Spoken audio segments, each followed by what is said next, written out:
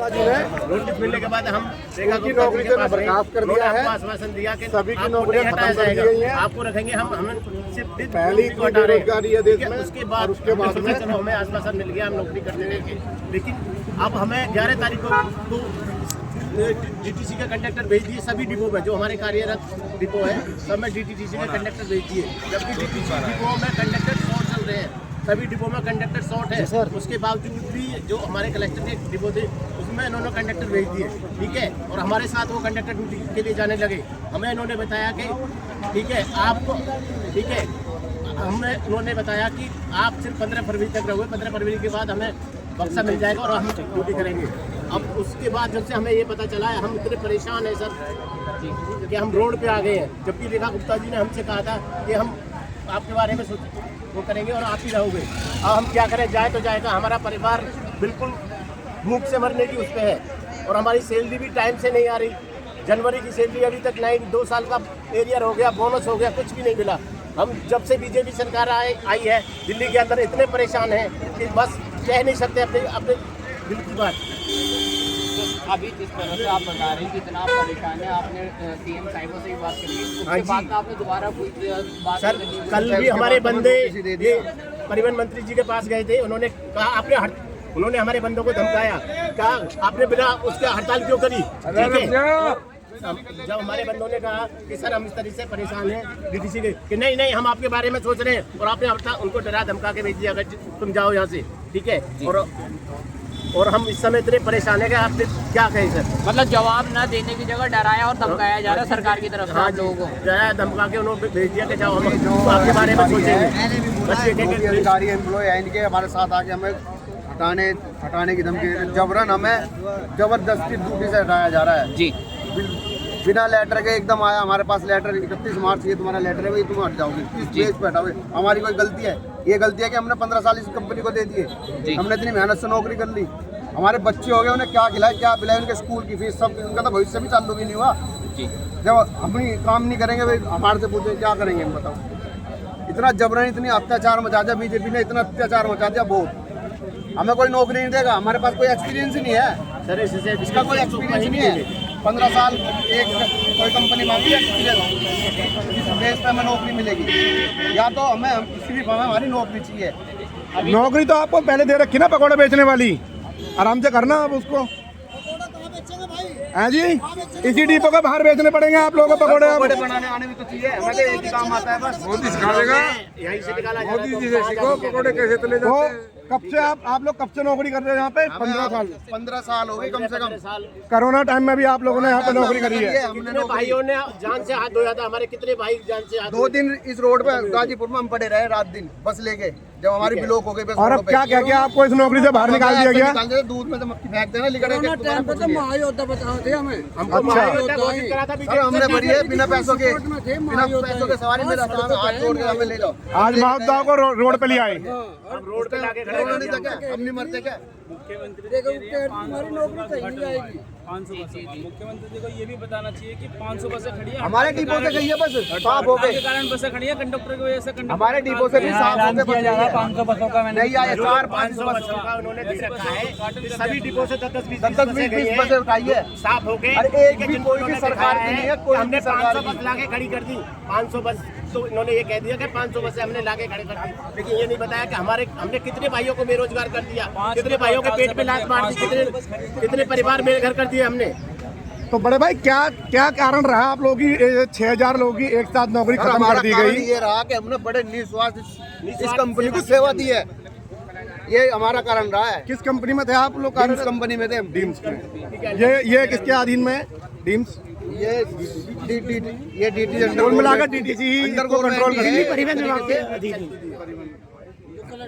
अब आपका अगला कदम क्या रहेगा? अब तो आप लोग तो रोड पे आ गए, अपने बच्चों के साथ पढ़ाई लिखाई भी जाएगी बच्चों की।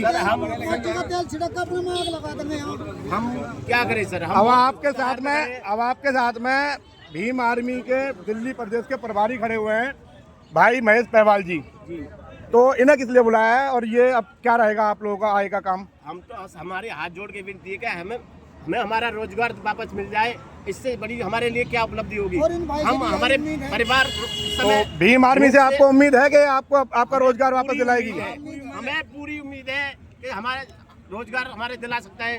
ठीक है, हम हाथ जोड़ के आपकी नौकरी दोबारा बहाल कराई जाएगी, उसमें भीम आर्मी अपना पूरा योगदान देगी, ऐसा आपको विश्वास है? हाँ जी, बताएं प्रभारी जी। हम भीम आर्मी के साथ है। धन्यवाद। आर्मी जिंदाबाद, भीम आर्मी भीम आर्मी जिंदाबाद।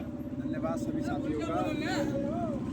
अभी जैसे चंद्रशेखर साहब के आदेशानुसार हम लोग यहाँ पहुँचे हैं, इनकी दुख पीड़ा देखते हुए माननीय सांसद जी ने दिशा निर्देश जारी करे कि सभी टीम यहाँ पे पहुँचे और इनकी परेशानी सुने। अब इनके पास मैं आया हूँ, उन्होंने बताया है ये लोग इतने परेशान हैं। मैं आप लोगों ने भी नोट किया है, ये आत्मादाह करने की भी ये वो कर रहे हैं कि अगर हमारा न्याय नहीं मिला हमें, हमारे जो 15 साल का हमारा वेतन जो हमारी नौकरी है एकदम से एक फरमान पे उन्होंने खाली कर दी। ये बड़ी बड़ी योजना ला के बसें तो ला रहे हैं, लेकिन एम्प्लॉइयों के निकालते जा रहे हैं। अब वो बसें भी मुझे यहाँ के पता लगा कि पुरानी बसें उन्हें पॉलिश वॉलिश करके नई बसों का पूरे दिल्ली भर में पोस्टर लगा के इन्होंने प्रचार प्रसार कर दिया, लेकिन कंडक्टर भाइयों को हटा दिया, हमारे ड्राइवर भाइयों को हटा दिया। ये कैसे एकदम से 15 दिन के नोटिस पे जो 15 साल का एम्प्लॉई है उन्हें हटा दिया इन लोगों ने, ना कोई इन्होंने कोई आश्वासन दिया। और कितनी बड़ी इतनी शर्म की बात है, मुख्यमंत्री जी ने खुद इनसे बात की, इनकी मीटिंग ली, उन्होंने कहा कि हम आपको हटाएंगे नहीं, लेकिन फिर भी सिर्फ एक मतलब उन्हें कह दिया गया और बाद में आके इन्हें पता लगा कि 15 दिन के नोटिस पीरियड पे इन्हें हटा दिया गया है। और आज मैं आप सभी के माध्यम से एक बात यहाँ पहुँचाना चाहता हूँ कि भीम आर्मी आज़ाद समाज पार्टी इनके साथ आखिरी दम तक खड़ी है और जितना ये संघर्ष करेंगे इनसे डबल हम इनके साथ खड़े। चंद्रशेखर साहब भी इनके साथ खड़े हैं। और अभी इन लोगों ने मुझे बताया कि बड़े आंदोलन की तैयारी में है और इनके आंदोलन का मुझे ऐसा लगता है कि शायद सरकार को भी सम्मान करना चाहिए और इन सभी साथियों को बहाल करना चाहिए। और 1 या 2 दिन में हम लोग बड़ा इनका डिपो घेरने का काम करेंगे, अभी इनकी कोर कमेटी ने मुझे बताया है और हम लोग इनके साथ हैं और हमारी पूरी टीम इनके साथ है।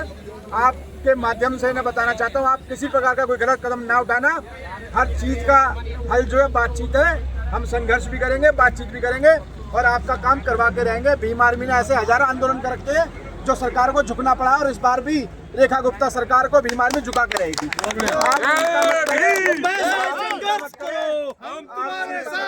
भीम आर्मी जिंदाबाद, जिंदाबाद वाले भाइयों के सम्मान में, वाले भाइयों के सम्मान में, जय भीम, जय भाई संघर्ष करो, हम तुम्हारे साथ हैं, भाई संघर्ष करो, हम तुम्हारे साथ हैं। आप सब लोग अपनी तैयारी रखें, हम लोग वहाँ पहुँचेंगे और आपके लिए हर बात से पहले हम लोग खड़े हैं।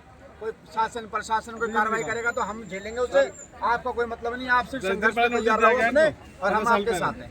धन्यवाद, जय भीम, जय भारत। हमें 8 जनवरी को 8 जनवरी को नोटिस दिया गया हमें। ये तो हमने बहुत बाद में जबरदस्ती दिखाना भाई, इसको क्या है ये एक रेजिग्नेशन की लेटर नौकरी छोड़ने की होंगी। नौकरी छोड़ने की 31 बात 15 साल के एम्प्लॉय को जो कोरोना में भी काम करते रहे, साइन करोगे तो कोरोना में भी काम करते रहे लोग बेचारे, जहाँ सब लोग अपने घर में थे, मरने का खौफ था, लेकिन ये बेचारे योद्धा, कोरोना योद्धा, जब तो इन्हें कोरोना योद्धा बताया जाता था, जब तो इन्हें कोरोना वॉरियर्स बताया जाता था। पिछली सरकार इनके घर घर जाके 1 करोड़ रुपए बांट रही थी, लेकिन जहाँ जो इनकी नौकरी जारी है तो कोई आके विपक्ष भी अपना काम नहीं कर रहा और जो सरकार है इन्हें धुतकारने का काम कर रही है। और इन्हें 15 दिन के नोटिस पे भी नहीं, 8 दिन का नोटिस है। ये 8 तारीख को दिया, बता दिया 15 तारीख को आपको हटा दिया जाएगा। आप सोच के देखो कितनी भयावह बात है। ये लोग, ये इनके छोटे छोटे बच्चे हैं, ये घर परिवार कैसे मैनेज करेंगे। सबका त्यौहार बना के जब अपना बनाते हैं हम, सबको उनकी मंजिल तक कुछ आके जब तक अपनी मंजिल ना पहुंच जाए जब अपना त्यौहार मनाते हैं। अपने बच्चे 3 बजे उसके सोते हुए छोड़ के आते हैं।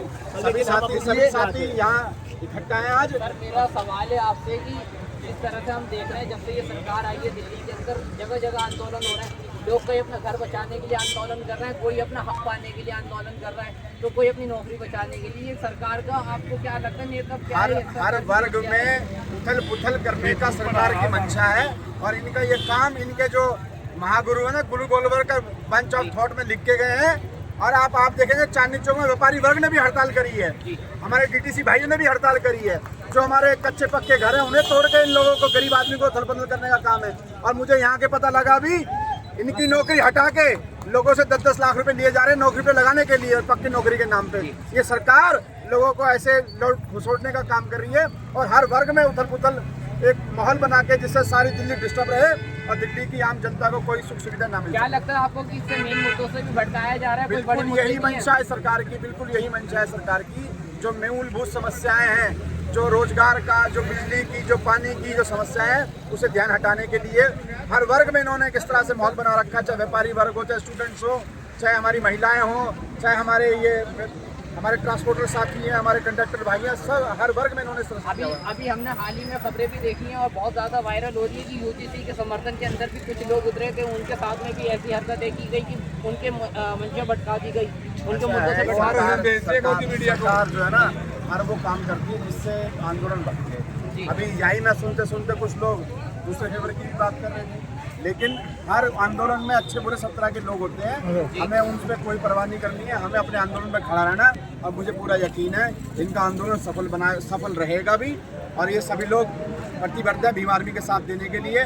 जितना साथ देंगे इनसे 3 गुना साथ हमारी पार्टी, हमारा संगठन देगा और इस आंदोलन को सफल बना के रहेंगे। सरकार का एक नारा था, सबका साथ सबका विकास, लेकिन यहाँ सबका साथ लेने के बाद सबका नाश कर रही है, सबका विनाश हो रहा है। ये मजदूर भाई क्या करेंगे जो 15-15 साल से जिन्होंने अपना जीवन यहाँ बेकार कर दिया, अब कहाँ जाएंगे, किसके दरवाजे पे जाके खड़े होंगे, कौन कंपनी हमें नौकरी देगी, क्या करेगी बताओ। अब आप लोगों ने जैसा भी बताया था कि आप लोग 6000 लोग हो जिनकी नौकरी एकदम से खत्म कर दी गई। 6000 लोगों के कम से कम 10 लाख परिवार है, 6000 बड़े भाई सबसे परिवार भी तो है, डबल हो गए, 10 लाख से अधिक परिवार है। 6000 के 12000 हो गए आप, और बच्चों को लगा के लगभग आप 30-35 हजार हो गए, है ना। ऐसे भी है जी, कार सभी अधिकतर कोई सपोर्ट नहीं पीछे किसी के भी। अब मुझे आप ये बताओ, जैसे कि अभी मैं देख पा रहा हूँ आप सिर्फ 20-25 लोग यहाँ खड़े हुए हो जो बात कर रहे हो, बाकी लोग तो कोई आपके साथ अभी नहीं खड़ा हुआ, फिर ऐसे कैसे लड़ाई लड़ोगे आप लोग? नहीं भाई है कुछ है भाई, सुबह से आए थे 4 बजे से, वो कुछ चले गए हैं, लगातार अभी आते रहेंगे शाम से, जैसे 4 दिन से लगातार ही खड़े हैं यहाँ पे। देखो सरकार तो आपकी बात सुनेगी नहीं, क्योंकि सरकार ने तो किसी की नहीं सुनी। सरकार ने तो अपने हाथ खड़े कर दिए। अब आपको ये निश्चित करना पड़ेगा, आपको अपने माइंड को ये समझाना पड़ेगा कि ये लड़ाई हमारे हक अधिकारों